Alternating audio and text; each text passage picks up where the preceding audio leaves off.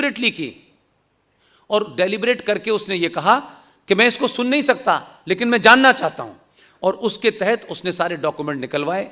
ये Andhra Pradesh high court के जज का ऑब्जर्वेशन है, ये मेरा नहीं है। उसने कहा भारत की जो टोटल लैंड एरिया है उसमें सबसे ज्यादा जमीन रेलवे के पास है,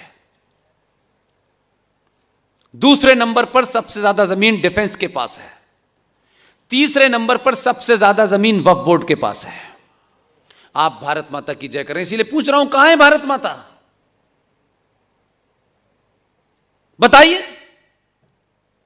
इस 15 साल, 16 साल, 17 साल, 18 साल की जनरेशन के सामने आपको अपना मुंह नीचे गिरा के शर्म नहीं आती? हमको मिला था आधा भारत तो चलो ठीक है, समझ में आता था, लेकिन 70 साल में हमने इस देश का सौदा कर दिया और हम चुप बैठे हुए हैं। कितने लोगों को अमेरिका और लंदन भेज देंगे आप? कौन कौन जाएगा यहां से? उनके यहां भी स्थिति खराब हो गई है, लेकिन अभी भी हमारे दिमाग में यही घूम रहा है, घर अपना नहीं है और दुनिया की बात कर रहे हैं। एक एक घर आपके हाथ से निकल गया है। इसीलिए बंगाल में हो रहा है। वो पागल नहीं है कि बंगाल में कर रहे हैं, पंजाब में कर रहे हैं और कश्मीर में कर रहे हैं। आचार्य चाणक्य को भी अगर आपने पढ़ा होता, उस सीरियल को भी अगर आपने देखा होता, तो भी कुछ आपको समझ में आ जाता कि है क्या खेल ये। वो ये जानते हैं कि हिंदुस्तान में 90 करोड़ हिंदू हैं, एक साथ सब कुछ करने पे सब जागृत हो जाएंगे, इसलिए एक साथ जागृत नहीं करना है।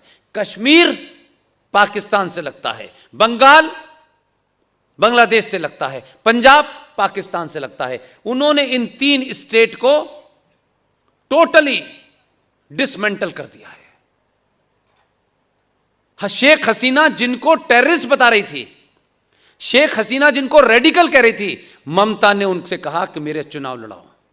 ये पता नहीं आपको? कर्नल RS सिंह साहब रॉ के पूर्व डायरेक्टर हैं, बांग्लादेश में पोस्टेड थे। सारा का सारा वो रेडिकल एलिमेंट वो सब बंगाल बुला लिया उसने। ये बंगाल में जो कुछ हुआ है, आपने खबर पढ़ ली, 2-4 पढ़े लिखे उन्होंने वेबिनार कर लिया, कुछ ने फेसबुक लाइव कर लिया, बस खत्म हो गई कहानी। भंडारा करने का बड़ा शौक है हमें। अगर सही भंडारा करना होता तो बंगाल